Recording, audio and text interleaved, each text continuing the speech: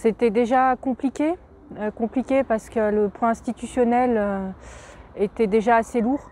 Les problématiques sont récurrentes depuis de nombreuses années, avec des manques d'effectifs dans les services, un turnover très important.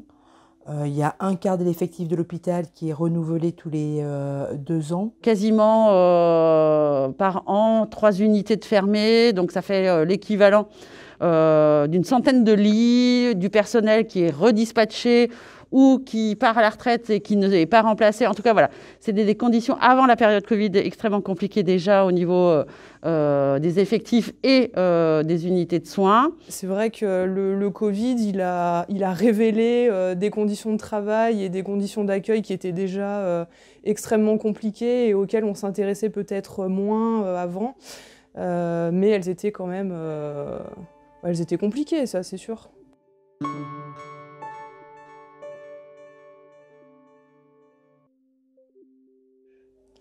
Eh ben, les décisions se sont prises le vendredi soir pour être applicables le samedi matin. Ça a été très... ça s'est fait sans concertation avec les équipes, avec le personnel de terrain. C'était des décisions qui venaient principalement de la direction. Dans l'urgence, avec très peu d'informations qui a été faite et très peu de préparation en amont. Ça s'est un peu imposé à nous et dans ce contexte-là, c'était plus la crise sanitaire qui prenait le dessus par rapport réellement à la prise en charge psychiatrique de nos patients. Le vendredi soir, on avait un groupe d'enfants, on leur a dit à lundi, et il y a eu l'annonce du confinement. Et on n'est pas revenu avant le mois de juin. C'est une grosse charge mentale au quotidien pour les soignants. Et effectivement, on est de plus en plus confrontés à de la gestion de crise, à des situations de violence du fait des confinements. On a une unité qui a été confinée pendant 3 semaines. Ça a été extrêmement compliqué pour les collègues parce que les patients ne peuvent pas sortir. Donc ça majore l'angoisse et ça majore les situations de crise. Et c'est compliqué, c'est vraiment compliqué pour tout le monde. On se retrouvait à devoir faire de la psychiatrie entre 4 murs avec 26 patients, donc on faisait un petit peu avec ce qu'on avait. Et pour le coup, moi j'ai quand même trouvé que les patients étaient plutôt sympas, voire même presque dociles quand même, parce que compte tenu des situations... des conditions d'hospitalisation dans des services pourris, il faut le dire, avec des chambres petites ou des chambres doubles sans toilette, avec 2 douches pour 26 patients, pas de parc. On se disait ça va vraiment péter dans les services. Plus la majorité des patients le comprennent. On n'est pas obligé de se batailler pour leur faire laver les mains et leur faire porter le masque. Je pense qu'ils ont compris, vraiment, ils ont compris que c'était important et même par la suite de ne pas se retrouver dans une unité confinée avec toutes les conséquences que ça pouvait avoir. Après, il y a toujours des patients pour lesquels c'est extrêmement compliqué de les accompagner dans ça, mais ça, à la limite, on sait faire et on essaye au maximum de limiter les risques. Du fait de leur pathologie psychiatrique, la distance et la proximité, elle est toute relative. Donc on a des patients qui nous parlent en pleine figure, des patients qui dans l'agitation, ça nous est arrivé aussi de nous faire cracher dessus. Donc voilà, alors là, on parle des gestes barrières. Masque, pas de masque, on avait les mêmes discours que ceux qu'on pouvait entendre à la télévision. Les masques, ça ne sert à rien.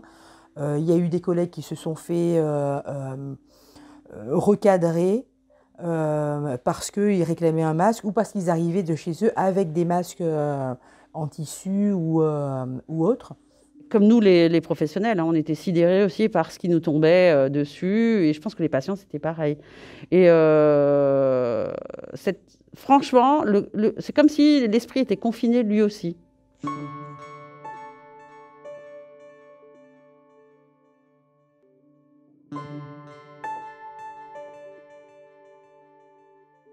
Alors, il y a 2 secteurs de pédopsychiatrie sur Saint-Jean-de-Dieu. Il y a un secteur où les structures ont fermé. Les soignants ont été rapatriés sur l'intra-hospitalier, donc en service adulte. Donc du coup, moi, je suis passée de la pédopsychiatrie à la gérontopsychiatrie. La charge d'expliquer aux patients, aux familles, comment aller se réorganiser les services a été complètement déléguée aux équipes de soins. Donc nous, on avait la double casquette de soignants et à la fois d'exécutants, exécutantes des nouvelles procédures et de ce confinement du coup qui allait se faire à l'hôpital.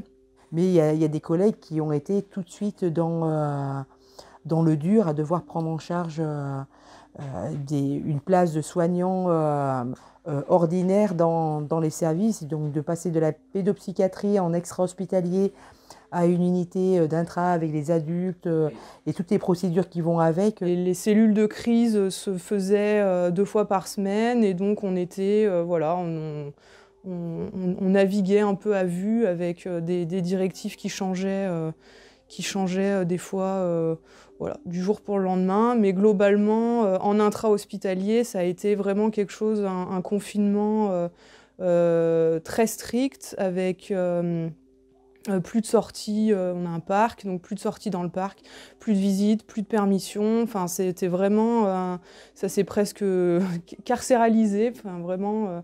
Nos malades ne s'y retrouvent pas parce qu'on ne peut pas nous demander, avec peu de moyens et peu d'effectifs, de tenir, si vous voulez, une médecine de guerre et en même temps ne pas être dans la privation pour nos patients. C'est très compliqué, vraiment très très compliqué.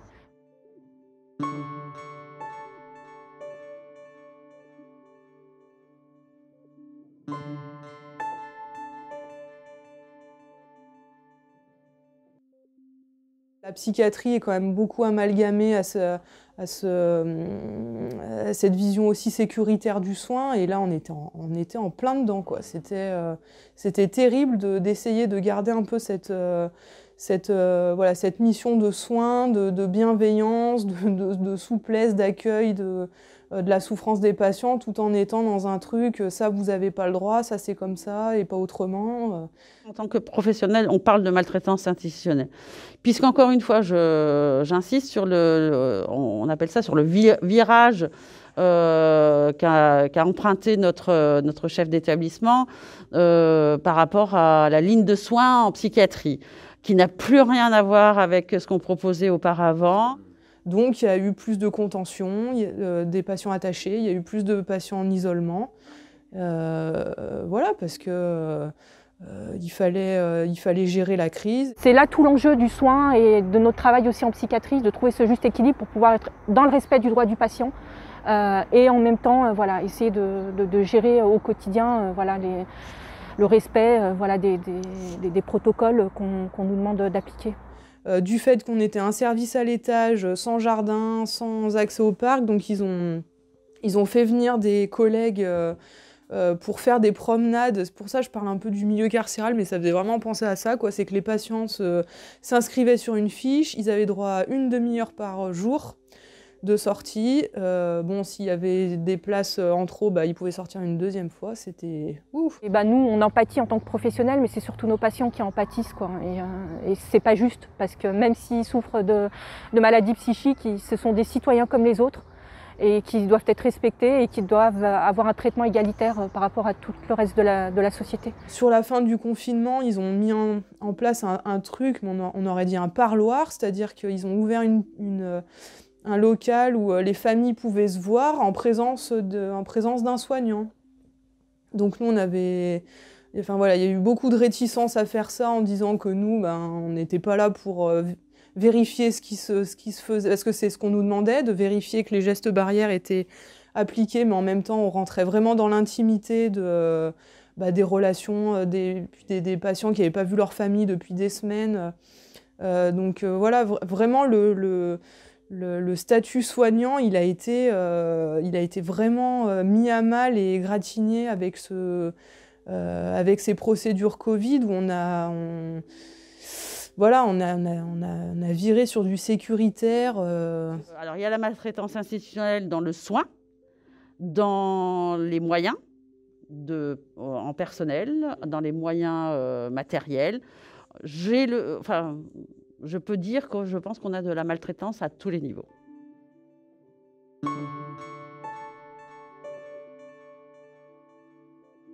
Aussi, il y a eu des fermetures de lits alors qu'on n'était pas d'accord, donc on en paye le prix. Il n'y a pas si longtemps que ça, on a été obligé d'amener des patients à aller dans des hôtels pour pouvoir faire de la place au niveau de l'hôpital. Donc idéologiquement, ça pose question.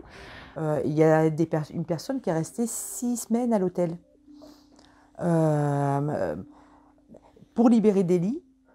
Et donc du coup, ça a été un jeu de chaises musicales. Donc voilà, le vendredi matin, le vendredi soir, veille du couvre-feu à 18h,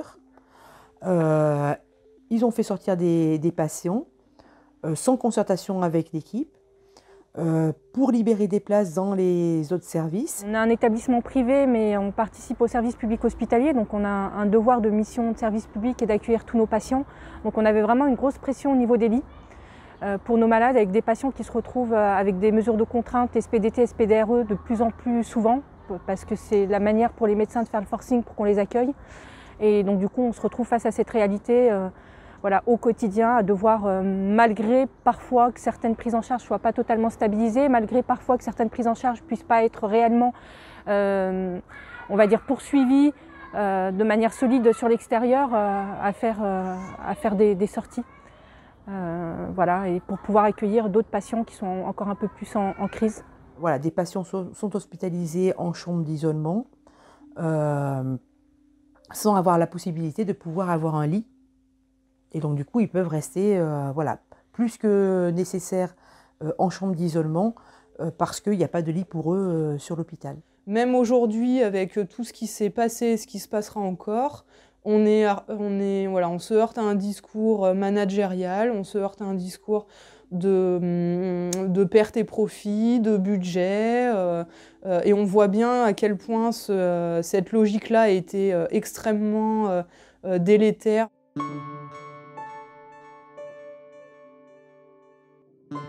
Alors le manque d'effectifs, il était criant avant. Il y a eu déjà une pénurie d'infirmiers dans les années 2000 et l'hôpital a diminué le nombre d'infirmiers par service et a mis des aides-soignants. Voilà, je crois que c'est quand même une longue histoire. Déjà, depuis les années 90, il n'y a plus de diplôme, il n'y a plus de formation spécifique en psychiatrie. La formation la part de psychiatrie dans la formation des infirmiers est pour certains vraiment c'est un stage et quelques modules. Donc il y a vraiment une perte déjà de compétences. Les démissions, elles sont venues après. Les gens, ils n'ont pas démissionné pendant, parce que il y avait aussi une éthique et puis une nécessité aussi de se dire il faut que je sois là, c'est mon boulot à ce moment-là. Macron parlait de guerre, mais il y avait quand même ce truc-là de ne pas lâcher. Non, les équipes sont en très très grande difficulté. On manque cruellement de postes infirmiers. Même au niveau des agences d'intérim, on n'arrive plus à recruter et plus à avoir de personnel pour venir remplacer au niveau des missions. Et donc on se retrouve voilà, avec des personnels intérimaires qui sont très compétents, très professionnels, mais qui ne connaissent pas les patients, qui ne connaissent pas parfois aussi la maladie psychique, donc ça encore complexifie la prise en charge des patients. Donc on a beaucoup de médecins qui ont changé d'établissement, qui sont partis, ou alors en libéral, peu importe, en tout cas qui sont partis.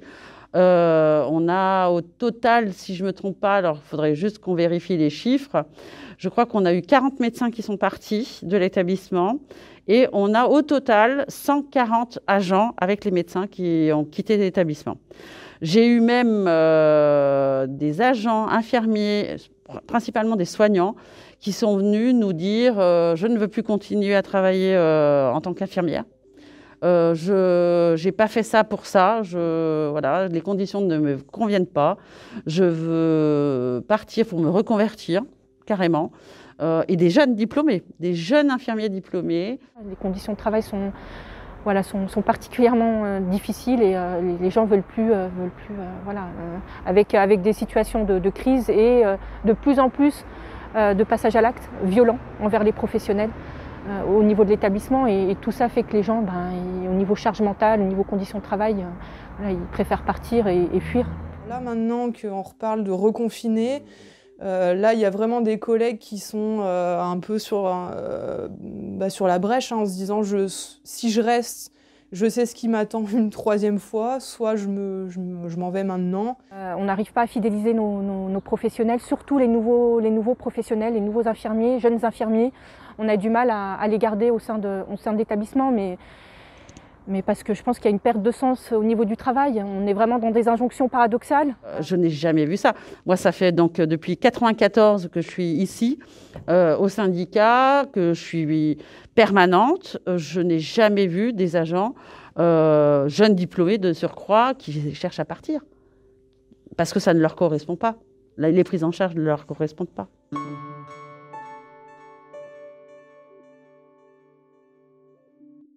Avant la crise sanitaire, on avait déjà énormément de difficultés à faire suivre nos patients parce qu'on manque cruellement de structures extra-hospitalières et qu'il faut attendre 6 mois pour avoir une place en CMP. Donc déjà, ça a été compliqué. Il y a eu cette crise sanitaire qui s'est surajoutée avec la fermeture des services extra-hospitaliers et c'est vraiment les patients qui étaient suivis sur l'extra qui ont vraiment eu du mal en fait et qui a amené à des majorations voilà, de leur symptomatologie, à une recrudescence de leur maladie et du coup à des hospitalisations par la suite. Enfin, le contre-coup a été après, quand on a récupéré des patients qu'on connaissait et qui avaient été en rupture de soins totale, qui n'avaient plus accès à rien du tout, qui sont revenus à l'hôpital dans des états de crise et puis d'incurie, de délabrement psychique et physique très important. On avait nos malades qui sont reconnus. Mais il y a de plus en plus de personnes qui souffrent effectivement du fait de l'isolement, du fait des restrictions permanentes qui se retrouvent en grande détresse psychique et qui décompensent. On voit le nombre de jeunes d'ailleurs qui arrivent au niveau de l'hôpital. Des premières décompensations, des gens qui étaient fragiles, on va dire, mais qui arrivaient à se maintenir tant bien que mal. Mais là, avec le Covid, avec l'isolement, la précarité, le fait qu'il y ait plus de boulot, en fait que tous les tenants sociaux soient complètement relâchés, qui ont décompensé et qui sont arrivés à l'hôpital, et des patients pour qui peut-être on aurait pu penser faire du soin de première ligne en prévention et des patients pour lesquels on n'aurait pas pensé qu'ils arriveraient jusqu'aux portes de l'hôpital. On a eu des restaurateurs, des étudiants, des cadres et des gens qui se retrouvaient à l'hôpital où ça détonnait un peu, c'est-à-dire qu'ils se retrouvaient au milieu de patients chroniques, des patients schizophrènes ou psychotiques chroniques et qui arrivaient en psychiatrie. Le premier lien avec la psychiatrie, Gloop, c'était un petit peu... c'était très violent, quoi.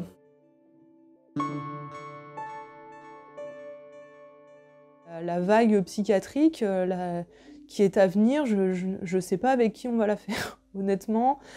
Et on a quand même peut-être l'optimisme de se dire qu'on va peut-être repenser la psychiatrie dans ces termes-là, c'est-à-dire pas comme voilà, une médecine qui s'adresse à des patients qui sont déjà de toute façon en marge, qui sont déjà de toute façon presque un peu irrécupérables d'un point de vue économique et social.